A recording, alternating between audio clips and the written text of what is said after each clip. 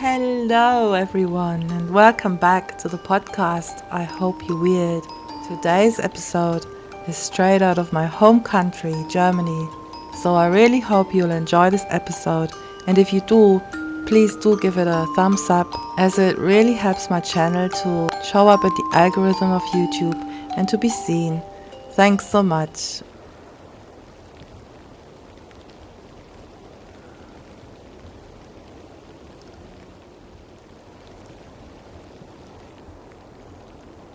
I'm a 20-year-old female from Germany, so I apologize for any bad spelling here, for this is not my native tongue. Northern Germany is a safe place to raise your kids. Murders, kidnappings, shootings are not common here, not even in the cities. I'm not a girly type. Actually, I do not seem very feminine. Short hair, hoodie, shorts and piercings, no makeup. It's just not my thing, and I consider myself rather tough. I know I have a strong fist, despite my MS. Normally, I avoid stress, and I hate getting into fights. My friends call me a goofy and gentle softie. It does take some serious stuff to make me angry, but there's one thing that changes me from a doe to a female grizzly with cubs. When I think about what happened several weeks ago, my whole body is shaking.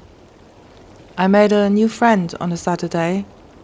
Let's just call him Andrew. Speaking of cubs, Andrew is a 10-year-old boy. I came to know him while playing the new Pokemon Go game. We had a lot of fun. My battery went low after 2 hours, so we parted ways. I went on catching tours every day since I got the new app. Before that, I rarely left the house. Back then, I didn't know why, but I had to think of my meeting with Andrew. I guessed I was just curious when I would see him again on my tours. So this one Friday, I decided to do a second run through my neighborhood.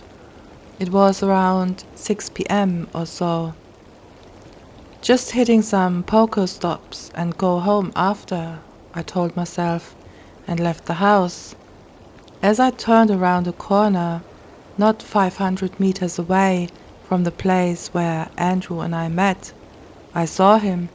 I smiled to myself and went down the same route as he, to surprise him, or something like that. After some steps, I saw a hooded guy peeking out of a side street behind the kid a few times. I kept going and watched. My smile turned upside down when I realized that he was watching the child. My inner alarm went off when the guy started to follow Andrew in a careful but steady pace, stopping whenever the kid stopped. A part of me still couldn't believe that this could get serious. We are in Germany after all. So I just followed them at first. Andrew didn't seem to notice this guy, but didn't notice me either. At this point, the man quickened his pace to catch up with Andrew. He grabbed him by the arm and put his hand over his mouth to shut down his screams. He was dragging him towards some bushes. I froze, my heart dropping. Then I ran like hell to them, dropping my phone. I started to roar, swearing as loud as I could. The guy turned around, startled. I don't know how my ill body managed it, but as soon as I got close enough, I literally lost it. I tore Andrew away. Too harsh. Sorry, buddy. He fell to the ground, and I hurled at his creature. He was bigger than I, maybe in his mid-30s. I never had felt this kind of adrenaline in my whole life. I was scared like hell, but my fury was worse. I screamed, "Call the police!" several times, hoping someone would hear me. He seemed like he had seen a gym once in a while. I didn't care. I somehow got him off his feet by pushing him and punching his nose bloody. I have no idea how I did that. Maybe he just didn't expect a smaller woman could do that. I kicked the shit out of him while he was on the ground, screaming until my strength left me. When he got back at his feet, he glared at me, growling stuff like, "Stupid c***, and you'll regret this," and drew some kind of hunting knife, a large one. I thought he'd come right for me. I thought he'd stab me. I really thought I'm going to die here, but I didn't move. I just stared at him and kept on screaming at him. Suddenly he bolted when some residents came out of their houses. I dropped to the ground. I wanted to chase after him, but my condition was not allowing any actions. I just sat there, shaking. I started to cry, looking around if I could spot Andrew. He had gotten away and watched from a safe distance, clearly in shock as I was. When the police came, we all told them what had happened. I gave Andrew my contacts so we could keep in touch. The police drove Andrew home and he insisted to let me come. The whole way he didn't let go of me and cried so hard I could hardly fight my own tears back. His parents thanked me 1,000 times for saving their child. The police called me the next day to invite me to do a full report. They informed me that this bastard is wanted for several sexual assaults on young women and children. He even is still on the run. Thanks for this stupid app to exist. I don't dare to imagine what would have happened if I didn't went out a second time that day. My phone didn't survive the fall, but I'm so glad Andrew is still healthy and safe around his family. I'd break 1,000 smartphones to defend a child from danger. And to all the pedophiles out there, pray we'll never meet, because I'll rip your off with a rusty wire and feed it to the street rats.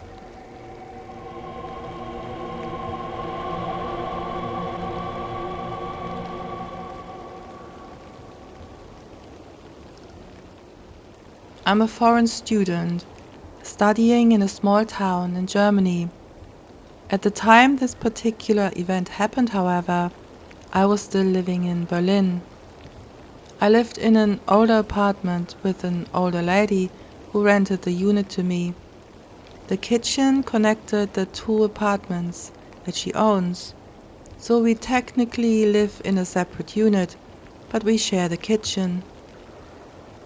The star of our story is, however, not the lady. She is nice, I still talk to her sometimes.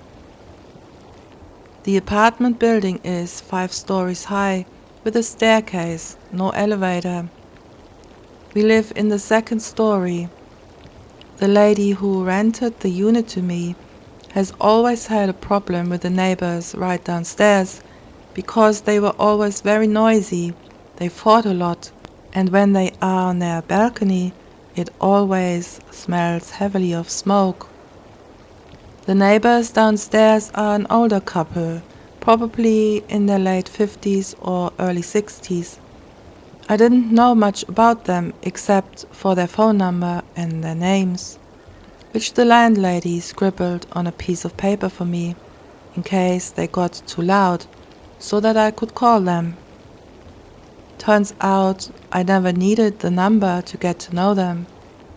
One afternoon, as I was cooking, the doorbell in the landlady's apartment rang, but she was out. And not long after that, it rang on my side. So I thought it must be her guest trying to reach out or something. So I looked through the peephole, and there stood some older lady, so I thought it must be the landlady's friend. So I opened the door and to my surprise, there stood the sad lady without pants. As in, she was with a shirt, but was in her underwear. Now at that point, I was only in Germany for a couple of months, so I wasn't really sure if that was normal, and my German was also not that good. This lady was mumbling something that I could barely make out, but since she rang the bell on the landlady's side first, I assumed she was looking for the landlady, and I tried calling her, and I tried telling her with the best German that I could that the landlady was out and will probably not be back until later. But this lady stood there mumbling something. I really could not understand her, so I just shook my head apologetically and smiled. She began gesturing to me to come with her, like she wanted to show me something. I quickly turned off the stove and followed her downstairs after grabbing my keys. She then started to ring a bell on the door right below us.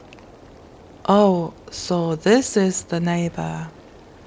Then came another wave of shock because after she repeatedly rang the bell, came a man to the door with no piece of clothing on except for his socks. I tried so hard not to make my weirded out face very apparent, because I wasn't sure about German customs yet at that point, and I didn't want to be rude. And so this must be the husband. She gestured me to come in. I was starting to wonder what her actual intention is, calling me in all the way down here. I thought it was something important for the landlady, but she just offered me something to drink, and I declined. But she insisted on getting me water anyway, and walked into the kitchen. Now I am still standing near the front door with this man who is now staring at me top to bottom. To be honest, he looks kind of drunk, and right at that moment I remembered how the landlady used to tell me that all I do is fight and get drunk. So I just smiled at him and stood there awkwardly, but he decided to suddenly be friendly, because he kind of just grabbed my shoulder and dragged me inside of the house to show me different rooms and the balcony and their small garden and everything. I mean, the house itself is beautiful, such a contrast to the people living in it. It was uncomfortable, to say the least, because he was very much naked and staying at a very close proximity to me, his arm on my shoulders, and he was just looking at my face so closely I could feel his breath on my face. He then proceeded by asking if they had a beautiful garden. I just said yes and kind of laughed awkwardly. Thank God the wife came out from the kitchen at this point, and then she started shouting at him for doing what he is doing. She told him it is no way to treat a guest, and she handed me my glass of water, all the while still wearing no pants. I never drank the water and quickly excused myself, saying that I needed to check my cooking upstairs. After some debate, I got out of the house, but the lady is still holding me at the door, pleading that I could stay a while and sit at the garden with her. I was ready to come up with more excuses before someone came through the front door of the building and interrupted. It was the young man that lives 2 stories above us. Apparently, he just got back from grocery shopping, and he somehow dealt with them and told me to go back upstairs. So I went and waited upstairs to thank him. He was done talking to them after about 2 minutes, and he came upstairs to ask if I was alright and told me to not get mixed up with these folks because they are apparently known to be problematic. So yeah, he saved my day, and I thanked him for it. After that experience, I kind of just hurried my way up to my apartment every time I got back from somewhere, so that I don't run into them. I actually met her once more after that. She looked sober and was wearing pants this time. She didn't seem to recognize me though. Thankfully, I have since moved away from there.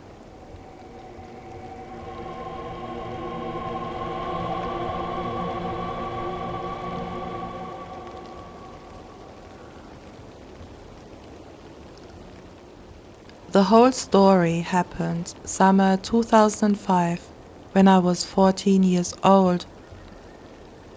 I grew up in a village near Munich in southern Germany.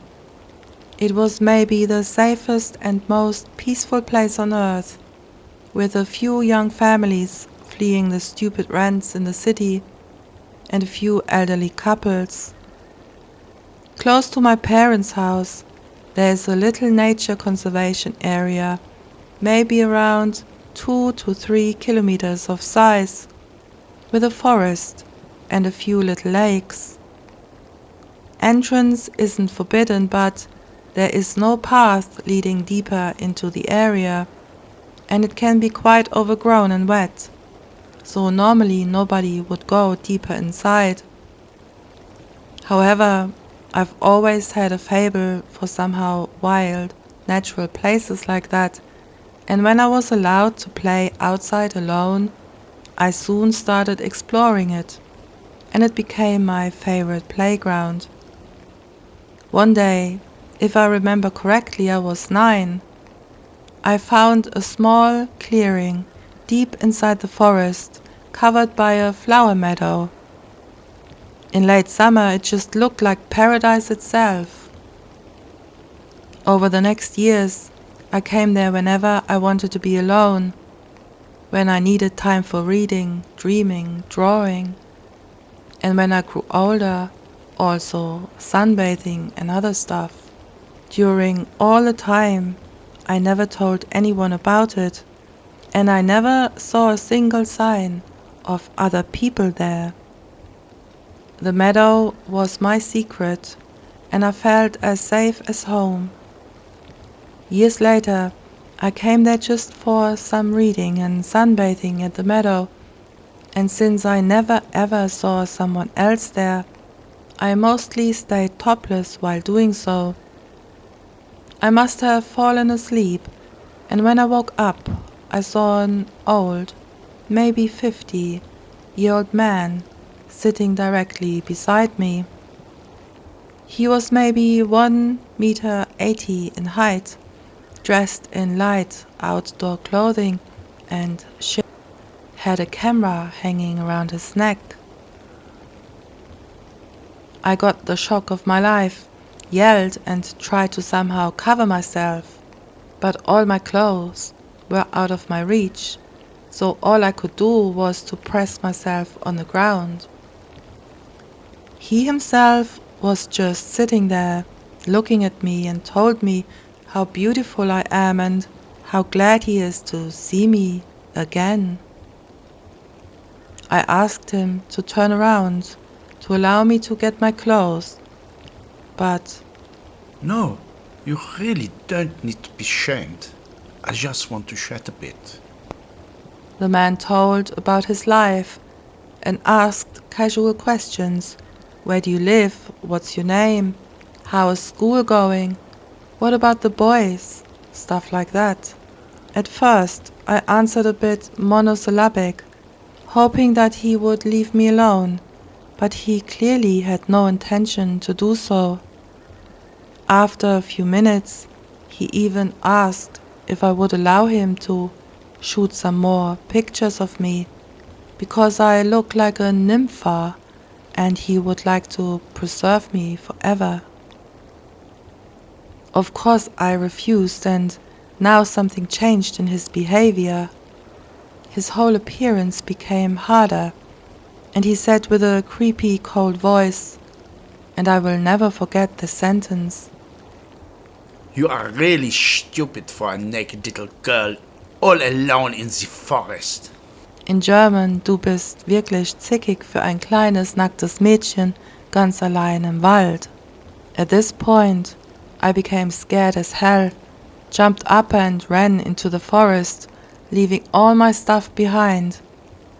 He didn't try to follow me, but was just sitting there and laughed. I came back after lurking around for about 2 hours to get my stuff.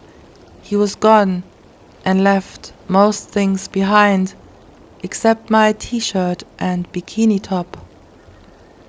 I grabbed all my stuff, tried to cover myself with my skirt and ran home as fast as I could. I never told my parents, but after that, I never visited the meadow again.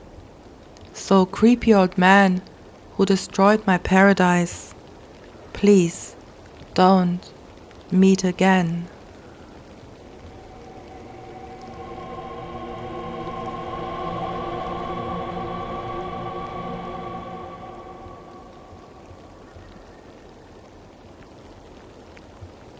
So, I moved from New Zealand to Germany 3 years ago now. I was working at a hotel in Munich as a bar manager while I have been learning the language. It's ridiculously complicated, especially if English is your first language. Anyway, I am a 27-year-old blonde, thin, punky-looking girl. You get the picture. It was a 2-minute walk from my hotel to the train station, and I had to catch the train to my hometown after I finished work most nights. It was common for me to get harassed at the train station or on the way to the station, even though it was only a 2-minute walk. It was extra horrible because I couldn't speak German very well. I once had a guy ask me to marry him for money, another one asking me why I don't speak his language because he wanted me to come home with him. Another one called me a slut because I ignored him. The list goes on. But the scariest time was actually in my hometown. I live 35 kilometers away from the city. I head home on the train as usual. I got off the train and began walking round the corner to my apartment. This is around midnight on a Monday. I get to my apartment and unlock my door. But as I am unlocking my door, someone taps on my shoulder. I turn around and see a man behind me, quite short, Middle Eastern, a friendly enough looking guy. I was obviously shocked a bit, so my immediate response assumed he lived in the building. So I asked if I could help him with something. It was just so weird, so that was the first thing I said. He said in German, "I need your number." Again, I was shocked because I assumed he lived in the building and was locked out of his house or something. I was so naive. He began to tell me that he had followed me home from Munich and needed my number. I said no and that I was married. My husband was literally inside the apartment. He followed with, "That doesn't matter," and asked if he could come in. I turned around and slammed the door so hard in his face, it brought tears to my eyes. Not the slamming, but you know what I mean. The creep continued to stand outside for a few minutes. I could see him through the peephole. By the time I told my husband, he was gone. I didn't even think of calling the police. I was too bewildered. The thing that scares me is that this situation could have been so much worse. I'm quite fit and strong, but if I was someone smaller and stuff, it could have been really bad. If my husband wasn't there, his daughter lives here. I keep thinking of all these things that could have happened, and it still gives me nightmares. If I didn't shut the door in time, if I lived alone, all these things. Now I carry pepper spray and a whistle everywhere I go. So to the creepy man who followed me 35 kilometers home and tried to get into my house, let's never meet again, please.